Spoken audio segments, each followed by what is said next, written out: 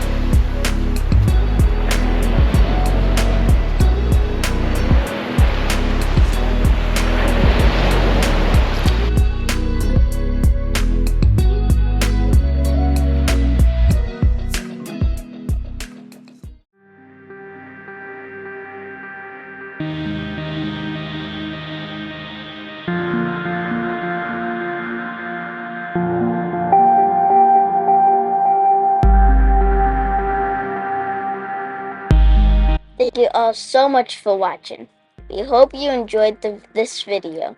And if you did, please give it a thumbs up and share with anyone you think would enjoy it as well. Next week, we go to see how planes were invented at the Wright Brothers National Memorial. Until then, God bless and stay safe.